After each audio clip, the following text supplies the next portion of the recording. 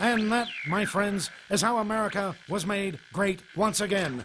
Breaking at this hour, Jimmy Sengenberger is currently at the crossroads of politics and economics. Radio broadcaster master, now the celeb on the web. He's the smarty of the party. He's in cahoots with the grassroots. Jimmy at the Crossroads brings you thought-provoking commentary, hard-hitting interviews, original satire, and the best bumper music known to man. Jimmy at the Crossroads!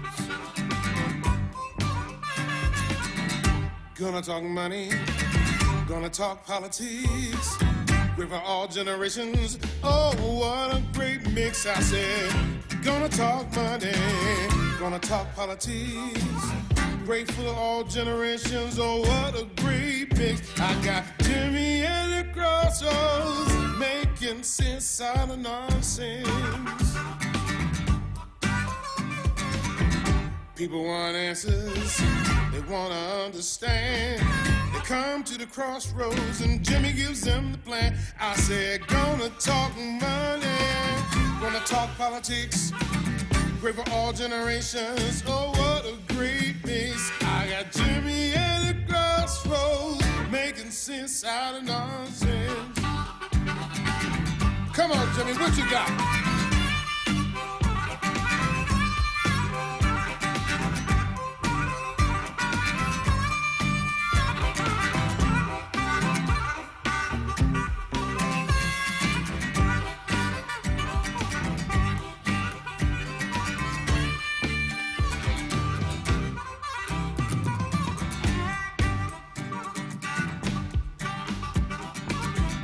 Policy and markets, elections, current events.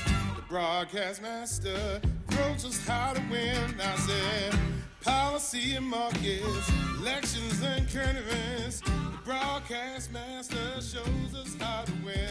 I got Jimmy at the Crossroads, making sense out of nonsense. Gonna talk markets, gonna talk politics, great for the generations. Hello, my friends, and welcome to another edition of Jimmy at the Crossroads, coming to you in partnership with the Washington Examiner on this Washington Examiner Wednesday, June 3rd. We will be joined today, indeed, by a Washington Examiner reporter. We've got so much coming up on this edition of the show that brings engaging, intelligent talk, Sang style. Thanks so much for joining us, being a part of the program. I am indeed Jimmy Sengenberger. Pleasure and a privilege to be with you. Please do subscribe to the YouTube channel if you have not done so already, youtube.com/Jimmy at the Crossroads. Tweet at me if you want to join into the festivities right there on the screen. At Sang Center, that's Sang with an E, not an A, Center on Twitter. And, of course, check out the websites, jimmysangenberger.com. All E's all the time in Sengenberger, as well as jimmyatthecrossroads.com. And on Facebook, Jimmy Sengenberger Media Personality, facebook.com/Jimmy Sengenberger Pro. Also, be sure to follow our friends at the Washington Examiner on Twitter, Facebook, YouTube, and, of course, at WashingtonExaminer.com. Great show coming up today. I am looking forward to talking with former Congressman Dave Brat of Virginia's 7th Congressional District about China in particular, also a little bit about the riots that we're seeing, the civil unrest across the country, but especially about China and what we can do to address the threat that China now poses, not just to the United States, but to the world, with COVID-19 and vis-a-vis the Hong Kong situation and Taiwan. A lot of topics we have been talking about here on Jimmy at the Crossroads. We'll get his thoughts there. He's a PhD economist and dean of the School of Business at Liberty University.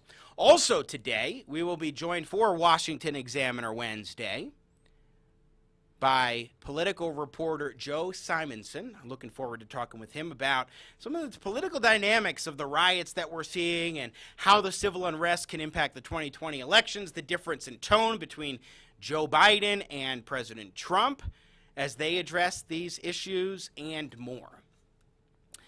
But to start off today, I want to talk about something very important.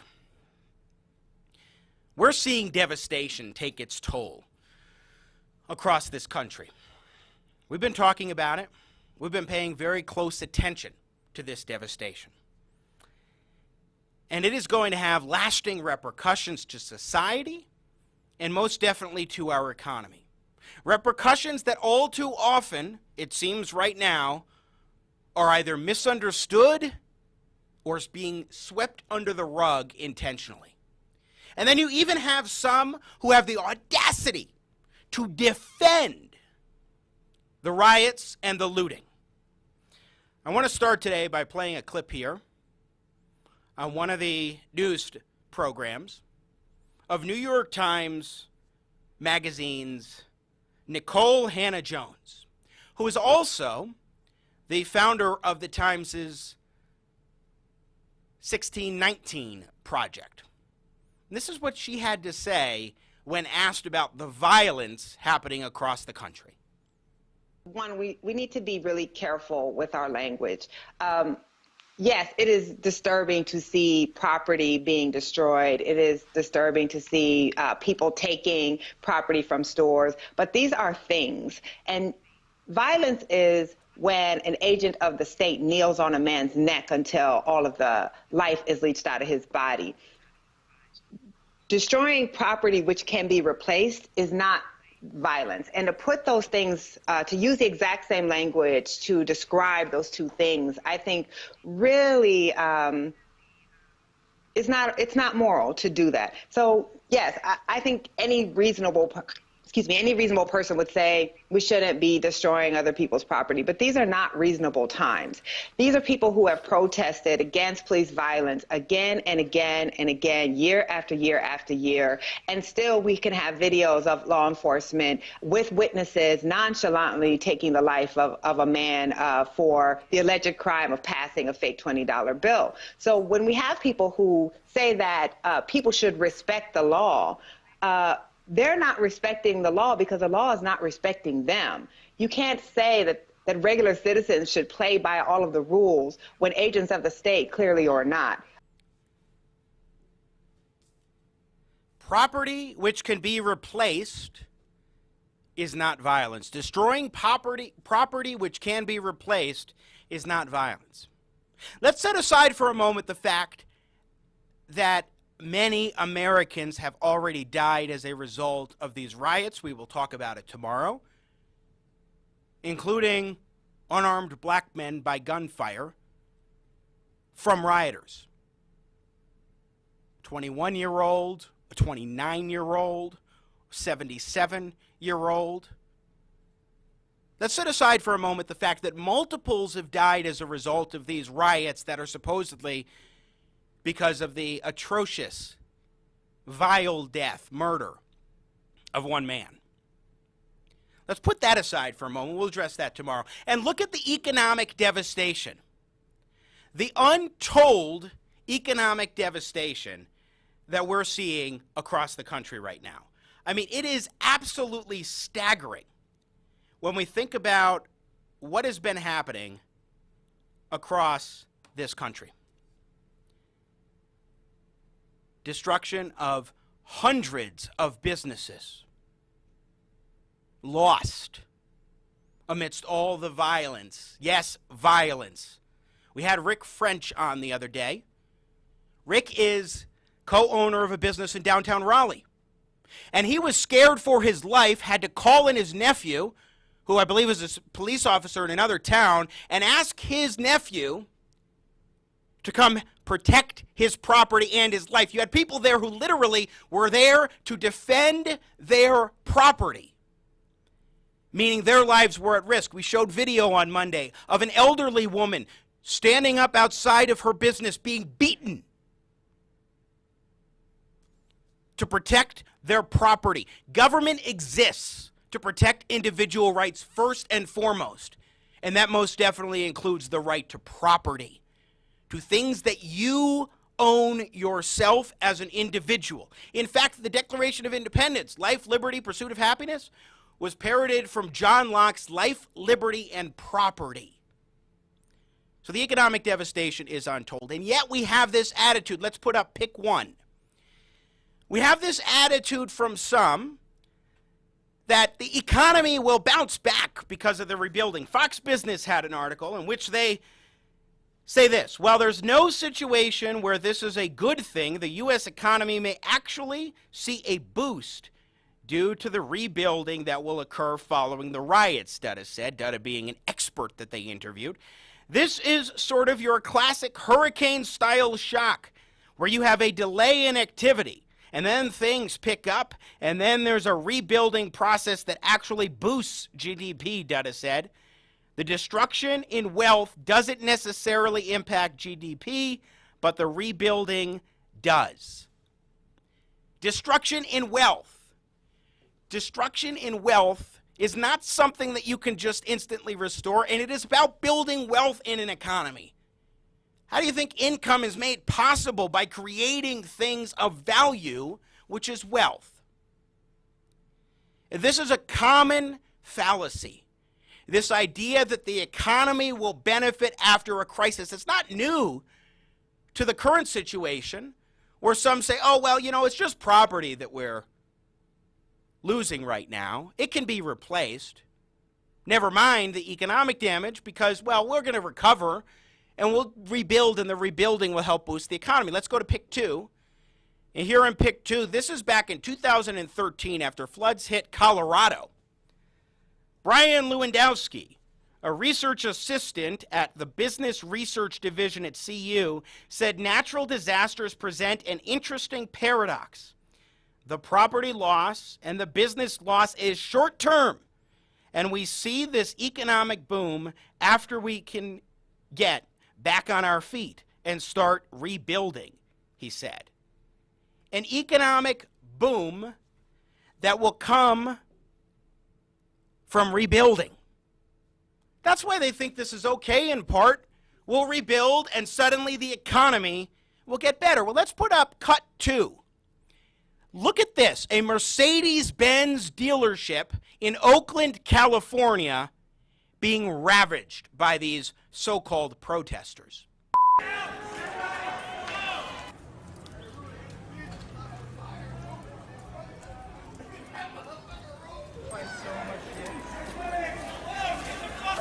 Literally burning these cars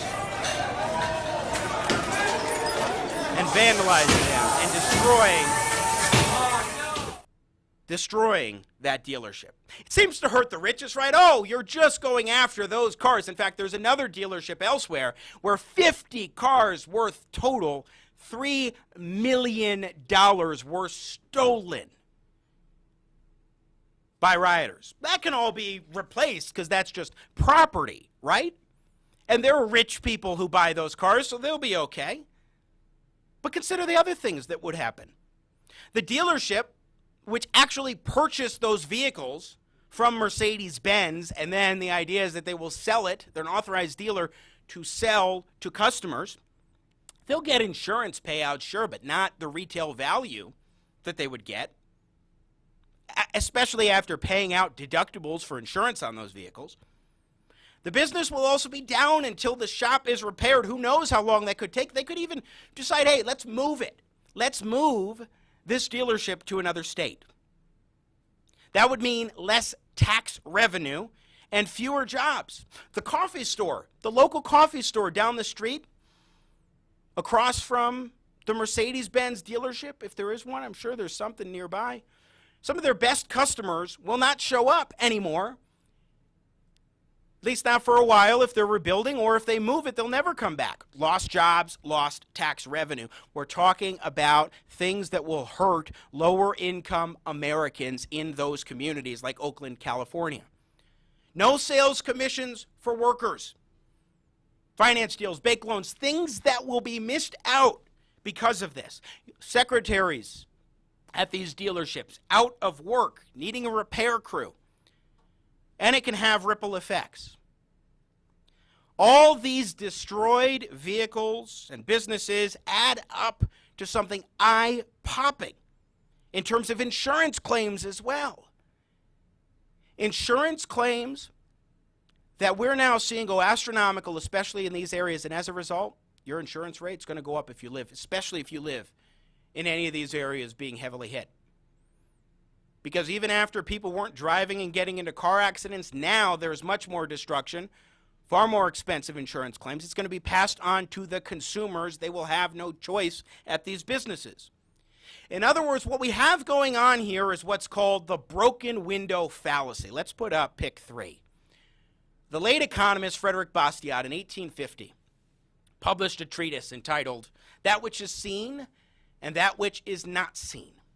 And he wrote this about the broken window fallacy. Quote, "But if, on the other hand, you come to the conclusion, as is too often the case, that it is a good thing to break windows, that it causes money to circulate, and that the encouragement of industry in general will be the result of it, you will oblige me to call out, 'Stop there!' Your theory is confined to that which is seen. It takes no account of that which is not seen. It is not seen that as our shopkeeper has spent 6 francs upon one thing, he cannot spend them upon another. It is not that if he had not had a window to replace, he would perhaps have replaced his old shoes or added another book to his library. In short, he would have employed his 6 francs in some way, which this accident has prevented." That is to say, according to Bastiat, and rightly so, the broken window fallacy is where you think, oh my gosh, devastation has happened. But guess what? There will be people who will have to fix it up. There will be people who have to do the repairs. And those people who do the repairs will get paid. And they'll go out and they'll spend and they'll benefit the economy. But what would those business owners have done? What would those business owners have done if not for the devastation with that money? They wouldn't have just put it under their mattress or added a book to their library, as Bastiat said. They would have invested it. They would maybe be able to keep their workers employed, be able to reopen finally, as so many of these businesses have been set aside because of government policies. Finally, companies were going to reopen. I was talking to one business in downtown Denver. Guy's a franchise owner of 4 different locations, including 2 in downtown Denver. Those 2, he says, they've been sending their workers home early, meaning fewer hours for the staff, and they have consistently had their windows destroyed. Now they've got to spend money on repairs, on these other things, and they're not paying their workers. And yet people like Nicole Hannah-Jones of the New York Times either don't understand this, and it's entirely possible, a lot of economic illiteracy in America, or they don't care. They're just using this for political points, as opposed to a recognition that real people's lives, including those they claim to be standing up for, are being decimated by this. It's tragic. And it is the broken window fallacy in action, especially as we showed, as economists actually are already saying that this destruction is going to lead to economic growth because of the repairs. Sure, maybe according to GDP, a false, troubling, weak measure of economic growth, but there's a lot more to an economy than just GDP and what that number purportedly shows. I'm Jimmy Sengenberger. We are overdue for a break. When we come back here on Jimmy at the Crossroads, I will be joined by Dave Brat, former congressman for Virginia's 7th District, talk a little bit about the riots and this devastation. He is the dean of the School of Business at Liberty University and a PhD economist. We'll also talk about responding to what's going on with China right now. Keep it right here. It's Jimmy at the Crossroads, coming to you in partnership with the Washington Examiner. I'm Jimmy Sengenberger.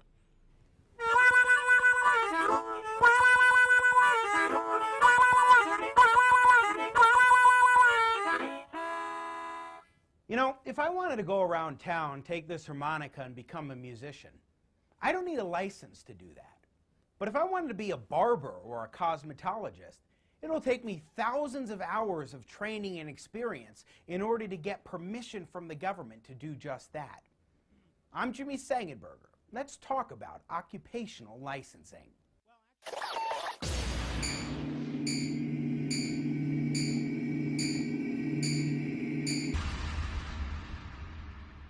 Did you know that 1/3 of all Americans need government permission just to do their jobs? And that according to the Mercatus Center, many of these workers earn less than the average income. How can you improve your station in life, have upward mobility, and prosper on your own terms if you're constrained by the government like this?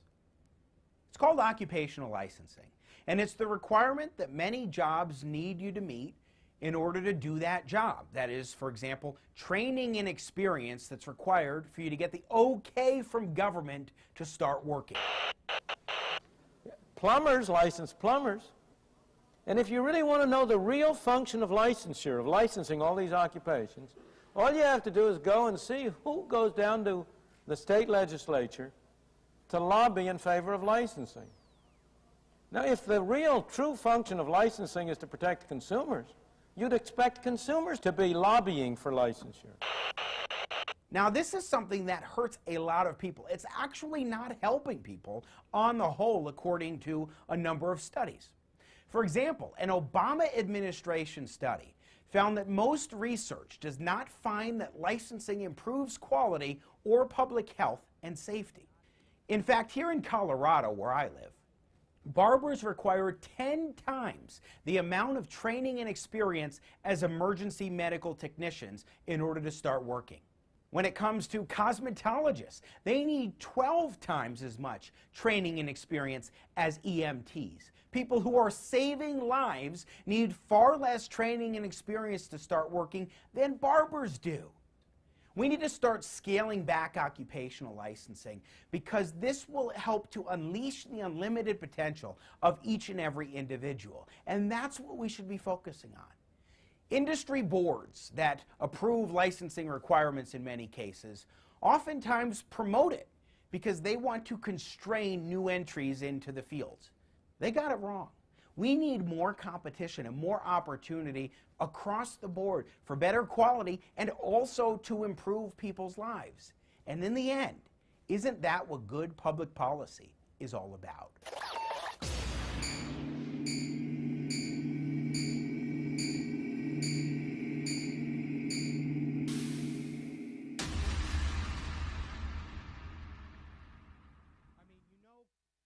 Hey, this is Frankie. Hey, and I'm Angelo. We're the owners of F&A Pizzeria.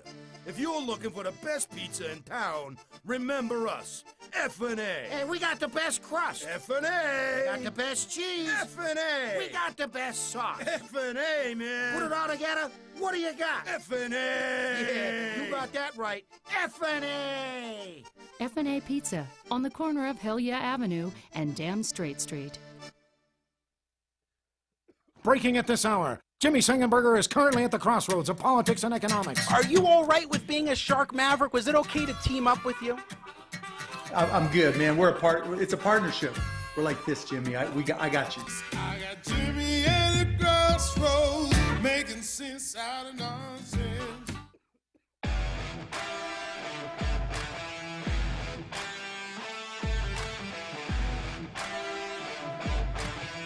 And ladies and gentlemen, the 5'9" conservative talk show host from Aurora, Colorado, please welcome back Jimmy Sengenberger.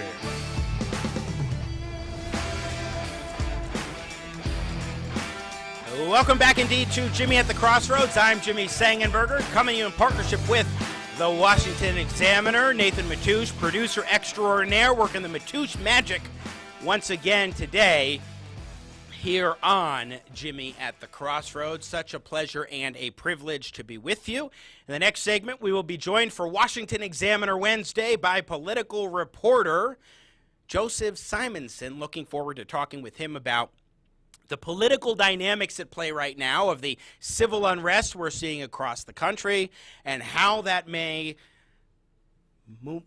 play out for 2020. And that's an interesting dynamic. We are in an election cycle, make no mistake about it. But first, what about, you heard some of my thoughts in the last segment, what about the economic turmoil and damage being done to America?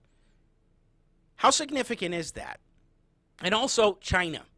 China is not only responsible for allowing the spread of COVID-19 without warning the world. And, of course, the World Health Organization aided and abetted China in that endeavor.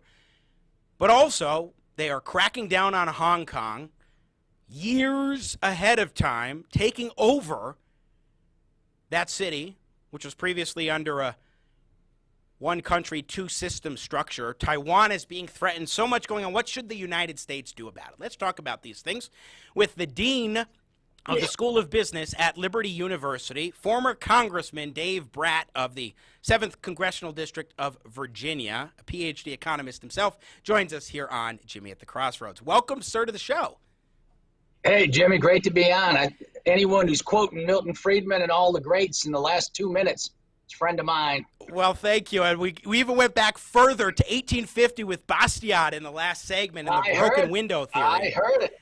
I mean, outstanding. Do you agree with me that what we're seeing is the broken window fallacy sort of in action?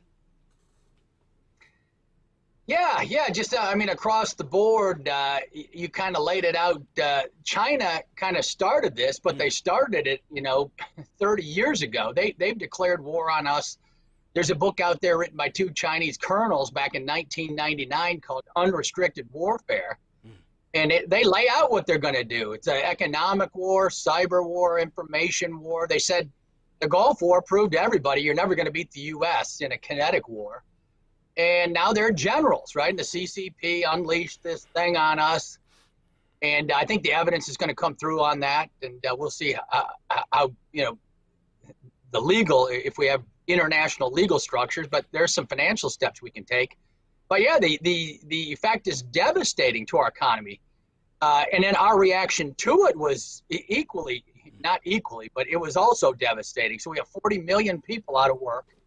And then the federal government just indiscriminately shuts down every single business, whether there was a health need or not, just shut down. And now we're seeing the consequences of that. And now the health figures are improving markedly. They're turning down. People are going out into public, and the numbers are going down instead of up. And so hopefully that continues. But the economic effect, I think, just did a $3.2 trillion piece. The Federal Reserve, right, I think their balance sheet is up north of $7 trillion. And the last several trillion caused, the 08 financial crisis. And so we're going to have a asset bubble again. It's already sitting there. It's hard to identify exactly. That's going to cause the next wrinkle. And then everybody's, locked down in their houses for 2 months in a row, and tensions are high. Mental health, the stats you see out there are 25% of the population. And then you get a terrible racial injustice, and that just sparks everything. And so now we're in just a downward vicious spiral. We were on an upward virtuous cycle. Trump, the economy, every class had the lowest unemployment rate there was. GDP growth was finally starting to come back. Trump was finally starting to act on China after 30 years of negligence. And so you asked, what can we do about it? Well, we can, President Trump a week ago put an end to this TSP, this thrift savings plan, where our U.S. pensions are being invested in China. We're not only investing in them and providing them valuable dollars and currency they need, but we're investing in military firms that are making weapons aimed at us. And that's just typical of what's been going on for 20 years. And that 20 years ago, Biden put in a opt-out clause that Chinese firms do not have to be audited to be in our index funds or traded on our exchanges. And so you might think firms like Alibaba or whatever are, exceptional international firms. They don't have a balance sheet or profit statement you can trust for anything, right? It's got unlimited backing of the Communist Party by law. It's not an option for them. And so now President Trump's starting to look at that. If we go that route, that'll send a very strong signal to China to, start acting better.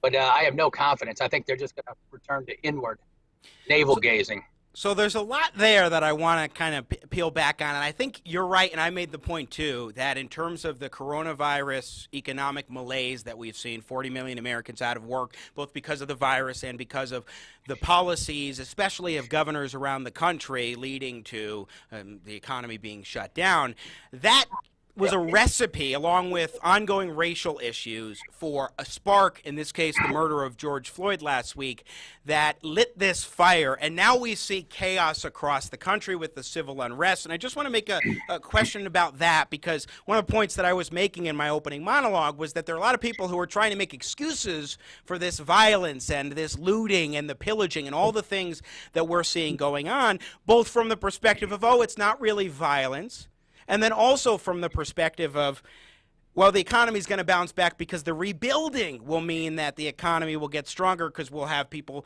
doing the rebuilding, which negates all the other things that those businesses would have done if they weren't having to rebuild after, by the way, just starting to reopen the economy. So your thoughts on that? Yeah, well, everything for me goes back to first principles. And so, I went to Princeton Seminary, and that's in my background before economics. And James Madison went there, just by the way, right? The separation of powers guy, we'd be wise to listen to him.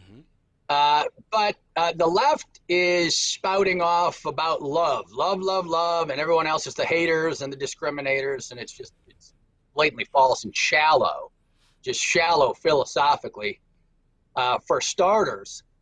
And then you can kind of dig into that a little bit. They say love, love, love. Well, where did love start? Love started in the Judeo-Christian tradition at the year 0 as a primary virtue in the Western lexicon. The Greeks didn't have it. The Romans certainly didn't have it.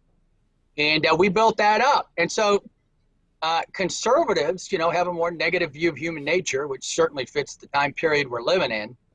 The left is always utopian, that they're right and everyone else is wrong, right? And that's Karl Marx in a nutshell, and Rousseau also.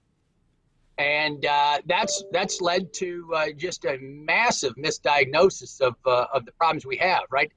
Marx always had to identify who's the evil guy, right? It's the workers versus the capitalists. And that was his moral theory. And so they use the term love, but it's not situated in any thought system. The left cannot tell you any systematic account they have. They can't name a philosopher. They cannot name a theologian. They can't name a historical school of thought even.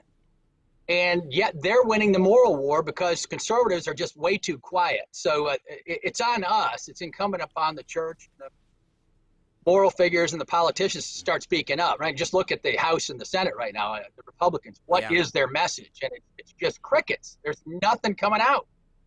No, it's so true. We need moral authority, and that comes from getting back to, as you say, first principles. Dave Brat, former congressman from Virginia and the dean of the School of Business at Liberty University. Okay, let's get back to China. I mean, let's paint a picture for a moment. We've had Gordon Chang on this program a number of times talking about some of the horrible things that China's doing, especially vis-a-vis Hong Kong and Taiwan.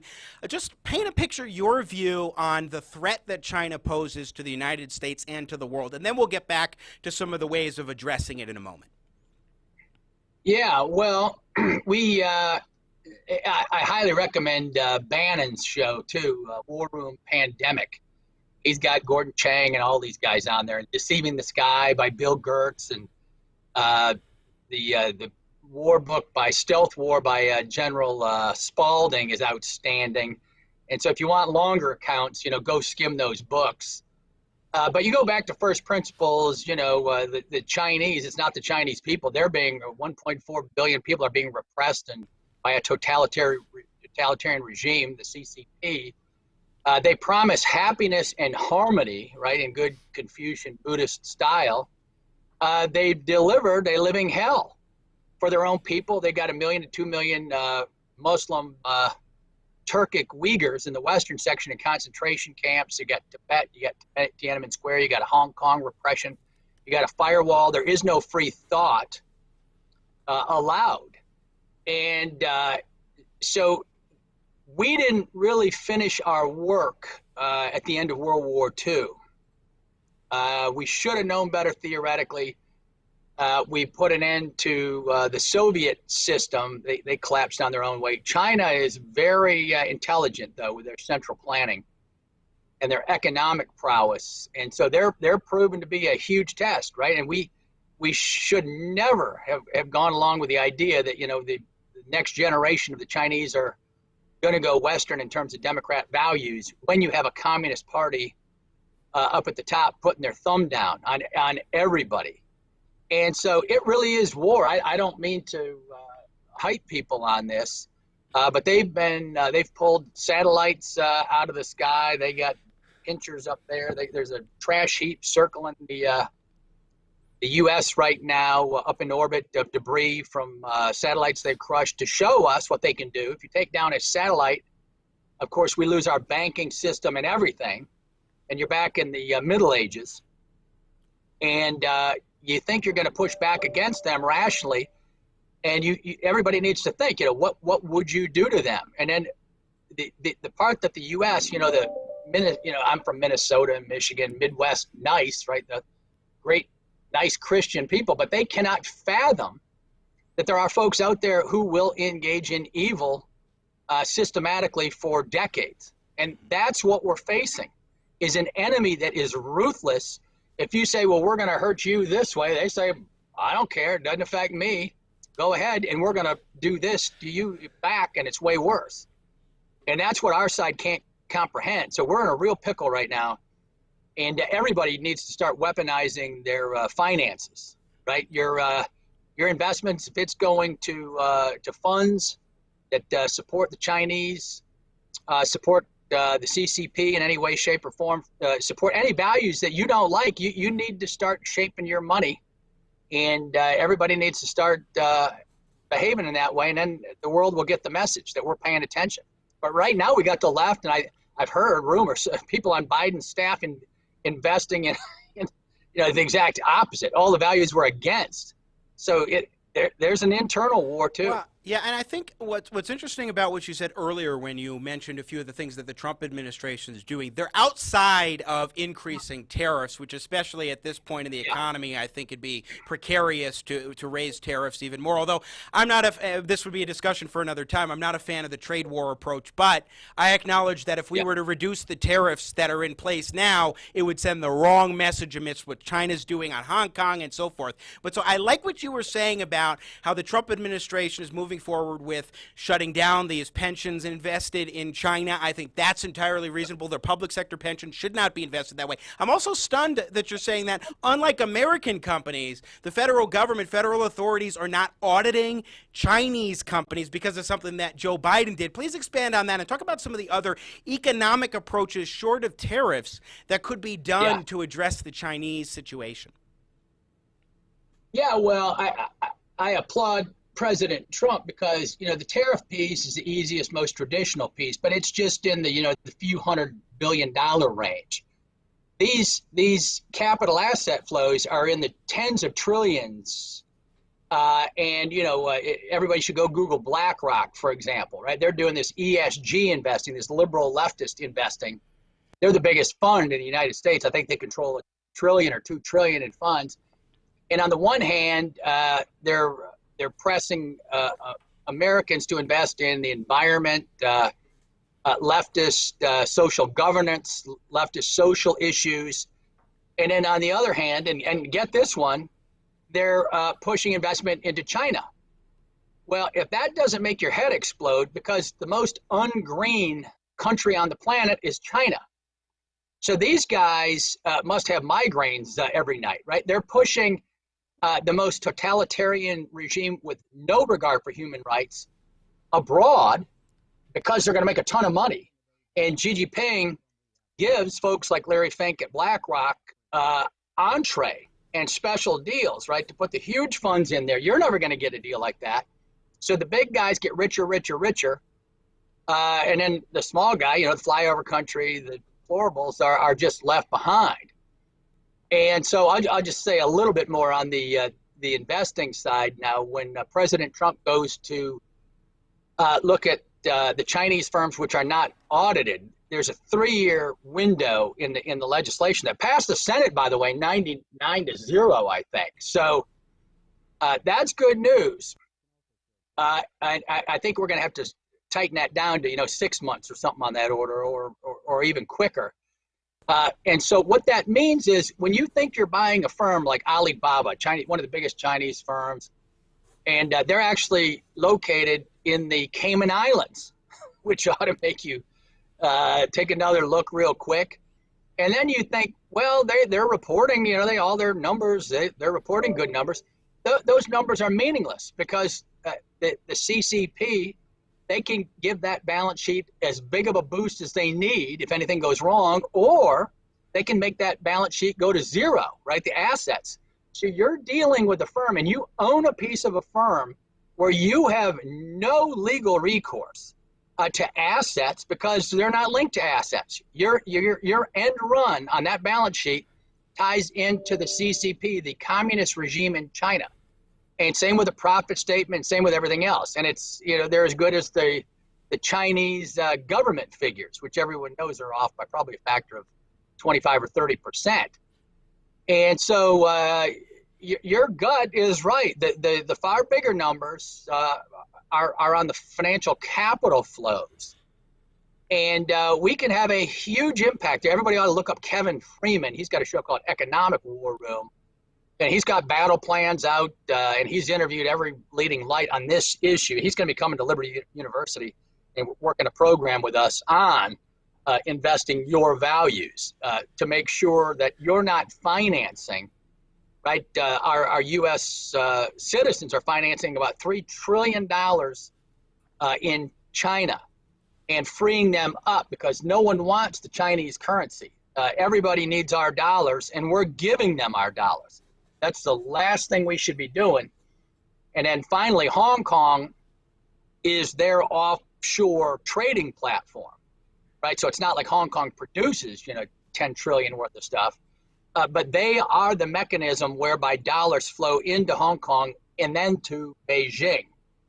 And so if this Hong Kong thing blows up, and I think it's gonna, China is basically telling us, we're so scared of democracy breaking out via Hong Kong and these young kids fighting for their lives that we're willing to forego our entire, trading platform. And we're probably going to be inward looking. And we think we can make that work while we take over the South China Sea. And then they're making inroads on, Australia and all sorts of pressure. Well, and to me, it's not even just about the amount of financial flows, as you keep referencing, former Congressman Dave Brat, but when we're looking at treating Chinese companies the same as we treat American companies in terms of audits, also in terms of investment flows of public, of taxpayer dollars in terms of pensions and so forth, and how those are being invested and what have you. But a final question for you, because I know I got to let you go, and that is in terms of multilateral. One of the things that I think was a flaw in the president's trade policy was that he did it all unilaterally in going after China. There are a heck of a lot of countries in Europe and in Asia, around the globe, that are facing Chinese threats the same way that we are, although they may be different in some respects. They're also being screwed by China in a lot of ways. What about bringing those other countries into the fold in a multilateral challenge of China right now? Yeah. And so, we were having a hard time, and, we've been growing at, 1.5%, 2% GDP, which ain't exactly great. And then Trump, was starting to get things moving in a good way. Europe is not having even that level of growth. So they've been hurting. And then when Huawei from China comes to them and says, hey, I got a 5G platform I'm going to give to you for free if you'll sign up and go with us, knowing full well that all your information flows have a backdoor, again, in law, to the Chinese Communist government. And Europe is going along with this. Merkel in Germany is going along with it. UK was going on that. And then in just a crazy turn of events, this COVID thing comes out of nowhere and blows it all up. So now everyone realizes all your pharmaceuticals are all, and I'm not exaggerating, all of our pharmaceuticals are made in China. All of our drugs you need for infection, et cetera, are made in China. All of our supply chains, for an Apple phone to cars, whatever, go via China. And so we've all gotten wise real quick.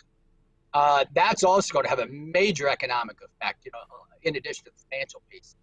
All of our firms are making contingency plans to have supply chains back here, at least in this hemisphere.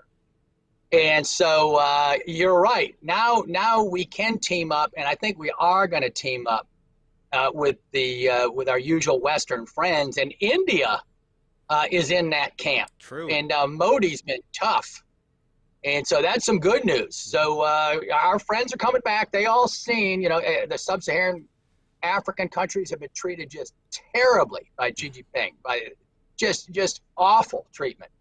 And so now they see it. And everybody's going back, hey, the U.S. ain't perfect, but they're our good friends. Yeah. Well, I think there were opportunities for multilateral partnerships against China in the past few years as well. But I definitely think now is the time where we can unify in these ways with other countries. Dave Brat, former congressman from Virginia and dean of the School of Business at Liberty University. Thanks so much for taking the time. Really appreciate it today. Hey, great show, Jimmy. Keep it up. Thank you. Thank you, sir. I appreciate it. We will have you back, I'm sure. Again, former Congressman Dave Brat joining us here on Jimmy at the Crossroads. Very interesting conversation, especially when we're talking about some of the other possible actions economically that can be taken short of tariffs that really are, I think, more sensible in terms of pensions, for example. It's to public sector pensions. That's what we're talking about, public pensions that are invested in China. And also not treating Chinese companies the same way from an auditing standpoint in other areas as American companies. That needs to change as well. I'm entirely on board with that sort of approach. It makes abundant sense, to be sure, certainly compared to the tariff approach, which I think violates more economic principles and is more troubling in certain areas. You could accomplish some of the objectives, too, I suppose, with these methods that the former congressman was talking about as well. But let's make no mistake as well about the economy and what we're facing right now across the country. And that is, we are in a malaise. We need to do something about it to re-energize the economy, to revitalize American life. And in order to do that, we have to bring back a fundamental understanding, which is sorely lacking, of liberty and of the purpose of government and protecting private property. There's so many just basic foundational notions of how an economy functions. The idea that we even have economists who say, well, the economy is going to get better because of the rebuilding. The destruction, it'll be okay. We'll be better off. Because GDP will be up. Because people will be spending money on rebuilding. As we talked about earlier, that's false. That's one aspect of the economic discussion we have to be addressing on a fundamental level, in addition to everything we were talking about with the congressman.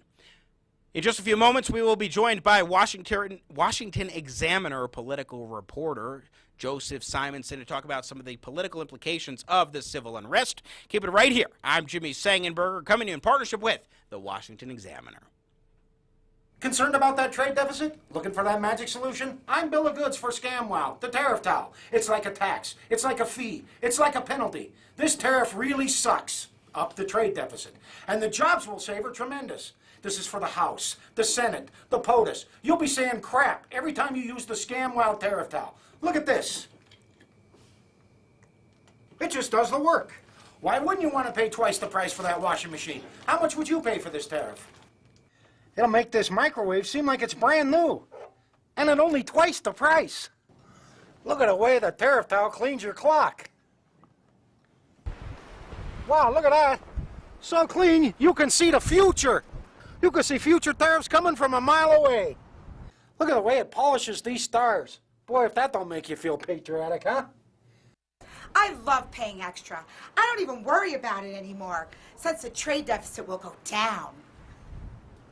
Look at this tariff. I love this tariff. It's like a security blanket. All I can say is, scam, wow! ScamWow compels other nations to use their own tariff towels on our stuff, making our goods more expensive overseas. Whoopee. The micro tariff is for everything, for lumber, for steel, even solar panels. It'll melt that trade deficit down. I don't know. It sells itself, America. The scam well sells for 25%. But if you call in the next 20 minutes, because we can't do this all term, we'll give you the second tariff absolutely free. That's 4 tariffs for 25%. And it comes with a 5-year warranty. Here's how to order. Call 1-800-RIP-YOU-OFF. ScamWow is not available in capitalism and is made in Washington. Beware of ScamWow grift. 1-800-RIP-YOU-OFF. Call now. We interrupt this program for a very important presidential message. I'm Donald Trump. As you know, people of America, the elections are coming up in November, and I have some very distressing news for you. Very distressing and disturbing. Did you know that Chuck Schumer and Nancy Pelosi are both porch pirates? Do you know what that is? There's hundreds of hours of video evidence of Nancy Pelosi coming up on your porches and jujitsuing your precious packages. Well, Chuck Schumer waits in the street in the getaway van because he's too afraid to be a man and do his own dirty work. She has to do the dirty work just like she always does. Remember that this November when you go to vote, a Republican would never do that. He'd never take your precious little tot's choice. Never. And so think of that when you vote this November. Thank you very much. God bless and have a great day. America's politics are crazy. The culture is in flux. That's why we work hard to help you keep up. More politics, more culture, and more access. We focus on the biggest stories of the day with some of the biggest names in politics and punditry. Go to our website, WashingtonExaminer.com. Subscribe to our YouTube channel. Be sure to follow us on Facebook, Twitter, and Instagram.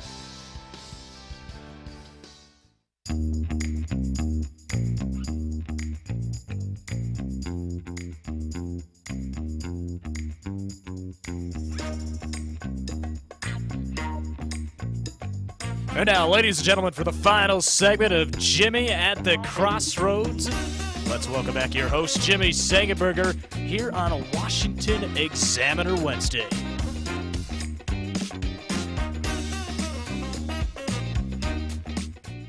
Indeed, welcome back to Jimmy at the Crossroads. I am Jimmy Sengenberger, coming to you in partnership with the Washington Examiner on this Wednesday, the 3rd of June. My thanks to former Congressman Dave Brat, of course, the Dean of the School of Business at Liberty University, for joining us today here at the Crossroads. Very interesting conversation about China and the economic malaise we're in and more. Also, please do, if you have not done so already, subscribe to the YouTube channel, youtube.com/Jimmy at the Crossroads for the show. Like us on Facebook, like my page, to watch the show and other content, Jimmy Sengenberger, media personality, and tweet at me 24/7, 365 at Sang Center. That's Sang with an E, not an A, Center on Twitter. And of course, follow our friends at the Examiner on Twitter, Facebook, YouTube, and at WashingtonExaminer.com. So it is Wednesday. It's Wednesday, which means here on Jimmy at the Crossroads, it's Washington Examiner Wednesday. And today we're going to talk with Joseph Simonson, who is political reporter at the Examiner, about some of the political dynamics in play right now vis-a-vis the civil unrest we're seeing across the country and the tragic murder of George Floyd a little over a week ago. Joseph Simonson joins us now to discuss that and more here on Jimmy at the Crossroads. Welcome to the program, Joe. Good to have you today. Hey, thanks for having me.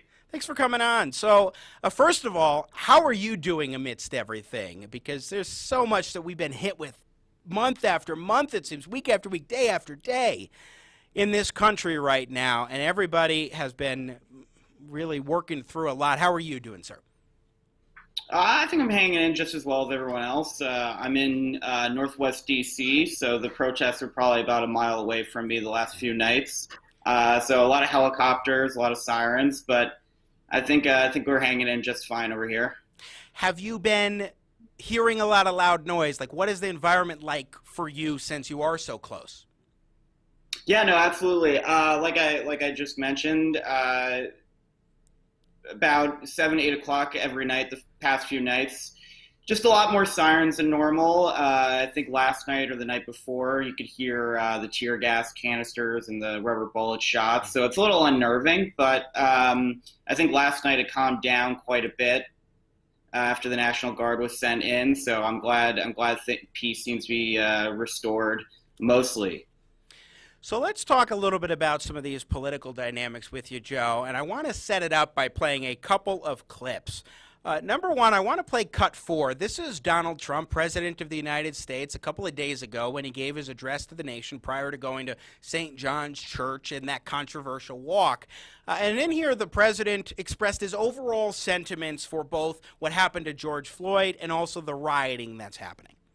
All Americans were rightly sickened and revolted by the brutal death of George Floyd.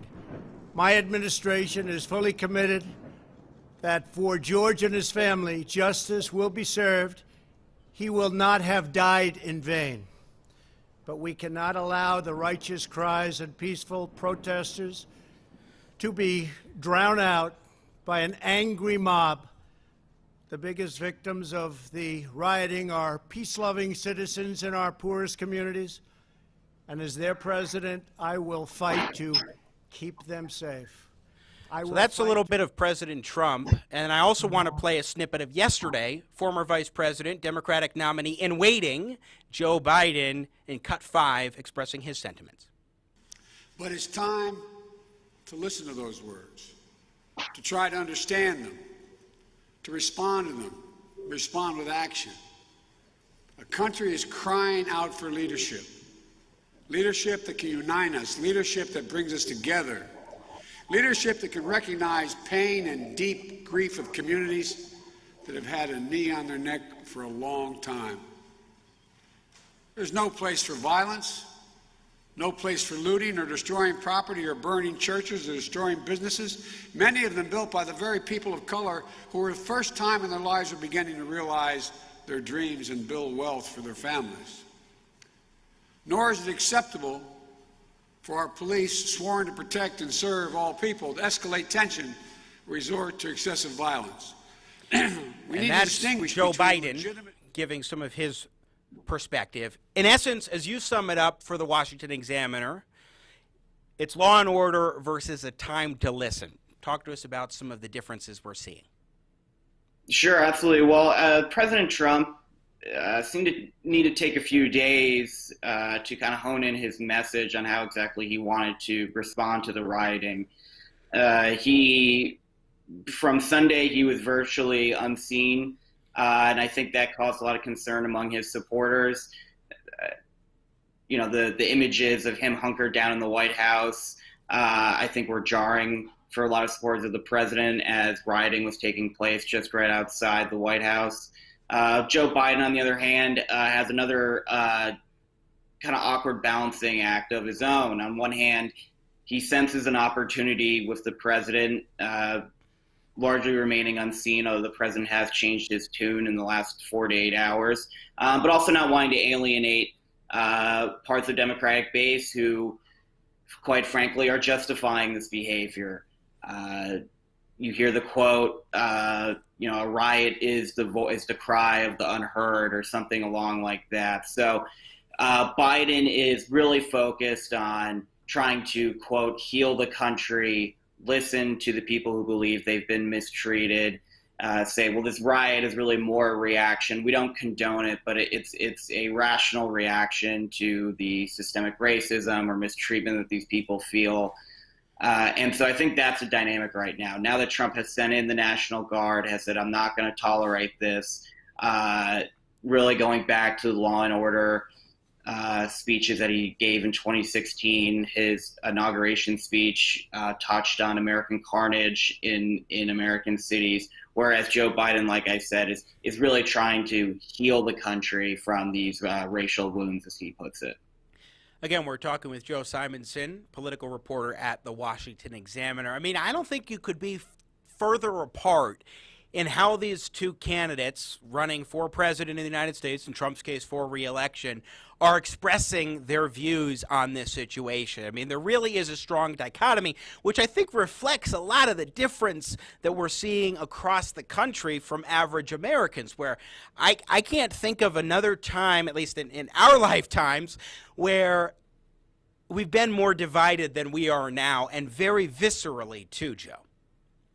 Yeah, I think that's absolutely right. People make connections to 1968, the 60s generally, with the civil unrest that took place then. I think that's right, but I think, unfortunately, now we have the added dynamic that we're in a economic depression. It's not just that there's massive cultural change. It's not just that people are unhappy with the direction of the country. It's that people are really hurting economically. We've been locked down for 2-3 months. People don't have jobs. People are making significantly less than they were maybe just in January or February. And so it's unfortunately this perfect storm that the country is facing right now that I think is, frankly, much worse than anything the country faced in the 1960s. Yeah, I think it is disintegrating in one way where your point could be valid. The idea of, hey, this may even be worse than the 1960s in terms of the unrest, is that it is even more widespread than it was then in terms of the devastation, in terms of the destruction, the rioting, the looting. All of that is happening in city after city across the country. And while some have gained control of the situation, it's still ongoing in other parts. And it left devastation in the wake of those cities that were able to finally get things under control. Right, and I also think the response from government leaders is different from the 1960s. Obviously, in the 60s, you had a radical element of the Democratic Party. You had people on college campuses, professors, students, justifying whether it be random bombings, rioting. But this time around, you have members of the Minneapolis City Council saying they stand with Antifa. You have the mayor of Minneapolis concocting this conspiracy theory that these are white nationalists, basically trying to move responsibility as far away from the people actually doing the rioting as possible. And I think that's pretty unprecedented. There was a time, obviously, where there's no problem calling it as you see it, that these are political radicals engaging in criminal activity, or these are people abusing the opportunity to loot or whatever. But we're seeing this weird dance among a lot of Democrats, members of the media, where on one hand, all this is totally justified. The systemic racism that these people are facing, you can't expect them not to commit crimes like this. And on the other hand, you have people saying, well, we don't really know who these people are. It could be white supremacists. I think people are talking about Russian interference. And I think that's this new dynamic that's rather odd. The country can't even agree on not only who's doing it, but whether it's inappropriate behavior. Well, not only can the country not agree, but even people on the left can't agree, because I hear that express contradiction. I mean, on the one hand, you do have some Democrats who are saying, no, this has got to be white supremacists, it's got to be Russia stoking these, and I think it could be, they both could be true, and Antifa's clearly heavily involved, and others. So there are a variety of different factors at play, but you have the sort of this isn't legitimate on the one hand, but you also have the idea that, oh, no, we're making justifications for the rioting or some excuses for people. And you can't have both positions at the same time. Like, those are two genuine inconsistencies, it seems to me, Joe. Yeah, well, I think that's a good point. I think one of the ironies of all this is that a lot of people actually engaging in the rioting are the people who are egging it on. I'm talking about members of the far left, members of the Democratic Socialists of America. They're actually quite offended when they see reporters or government officials making excuses, saying that, well, these are outside agitators, these are white nationalists, or what have you. They're quite comfortable saying, no, we're rising up. We're the ones doing this. Don't dismiss us as some small sect of agitators or Nazis or whatever. And I think that's really interesting, is that some Democrats don't want to take responsibility by saying, no, it's not a majority, it's a minority of their voters, but they are real. And this is how they do think they implement political change. And you have the people, like I said, doing the actual criminal activity saying, no, we are trying to tell you something. Yeah. Again, Joe Simonson is our guest here on Jimmy at the Crossroads, Washington Examiner political reporter. Something else that is so striking, going to the excuse making, it just came to my mind to replay this clip. We played it earlier in the show. This is New York Times Magazine's Nicole Hannah-Jones yesterday, where she was saying, in essence, oh, this is not violence because it's being done to property, just to underscore the difference, the dichotomy that we have across the country right now in terms of how people are viewing this. Take a listen. One, we need to be really careful with our language. Yes, it is disturbing to see property being destroyed. It is disturbing to see people taking property from stores. But these are things. And violence is when an agent of the state kneels on a man's neck until all of the life is leached out of his body. Destroying property which can be replaced is not violence. And to put those things, to use the exact same language to describe those two things, I think really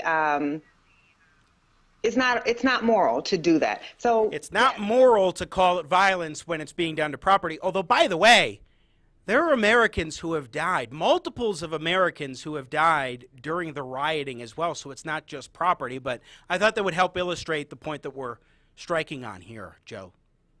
Yeah, no, and it's true. I think by my count, last I read, 11 Americans have died, including several black men, by the way. Yes, I actually think a majority of the people who have died are black, and like I said, I think it's around 11. I mean that statement is utterly incoherent. Aside from the fact that there actually is violence against people, that there are hospitalizations, people dying. The notion that destroying a business isn't an act of violence is not only contradictory to what the rioters are saying. They're saying we're rising up, we're fighting the state.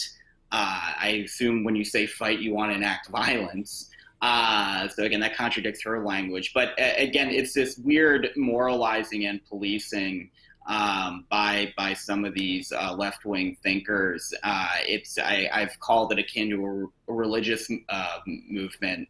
This woman is telling who her credentials. She's almost like a priestly class. She has a Nobel Prize.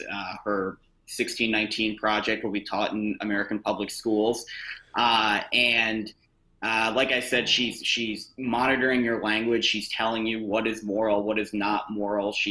It's this almost transcendental language of what really violence is, and talking about life force, training from the body, I think it's a great illustration of the perspective that these people are coming from, and it really is. It reminds you of a religious sermon.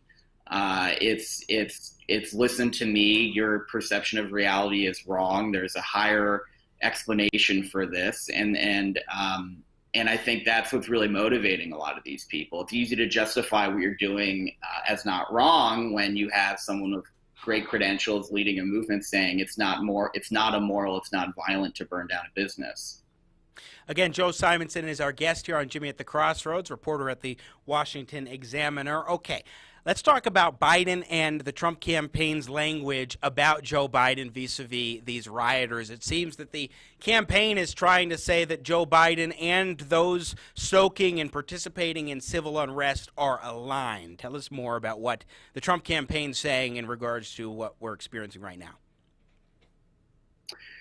Yeah, sure. So the Trump campaign, as I mentioned earlier, is really honing in on the law and order stuff. They've been attacking Joe Biden for his staff members donating money to the Minneapolis Bail Fund, which basically would let a lot of these people arrested for looting and rioting out of prison until their court date, if they even show up to the court date.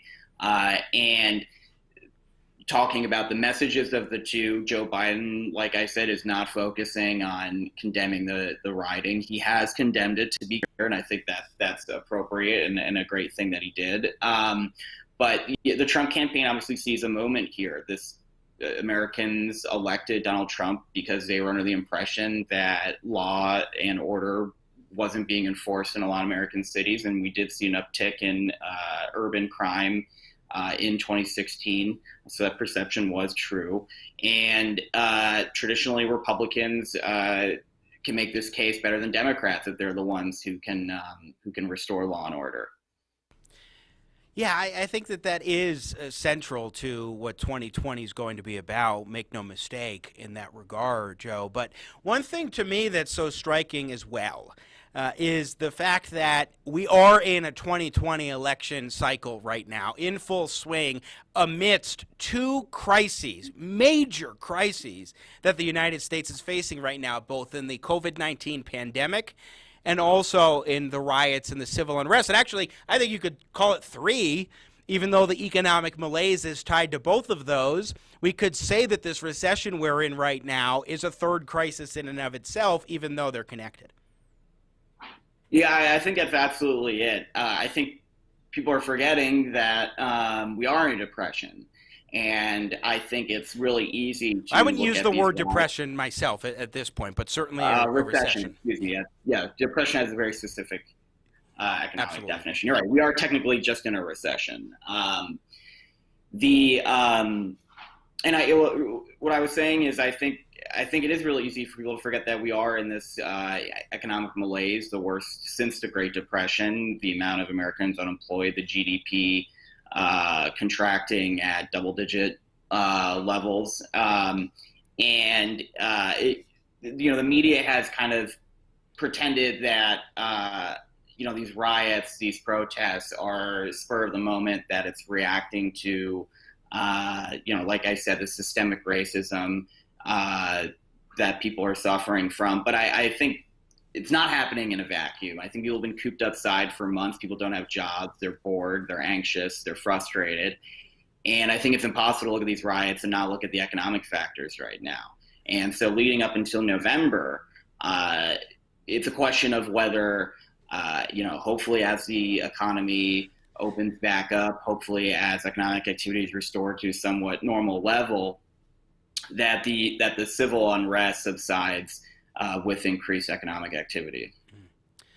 And finally, Joe Simonson, what are we noticing right now are the polling data? What is the polling data showing us about how this campaign is going, whether state by state or in a national context? Because we are seeing these dynamics play out in real time, and I'm sure polling data is reflecting it somehow, although it may be tricky to ascertain what that really means for November at this point.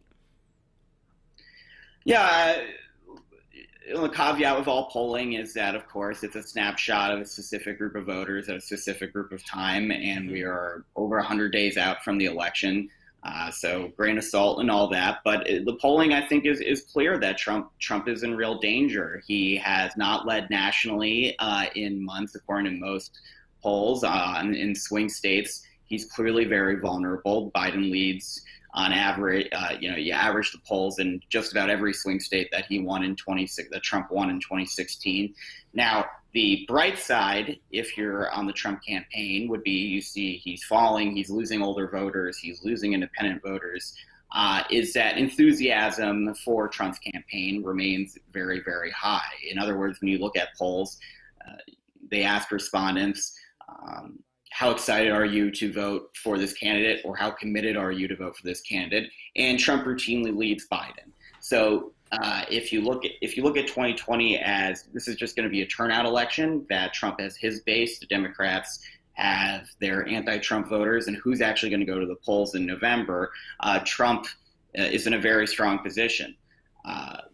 Whether that's enough to overcome the deficit that he's seeing right now, and we're still a long time away, that remains to be seen. But I think it's pretty bleak for Trump right now, but that one measure, which is enthusiasm, Trump is in a very strong position.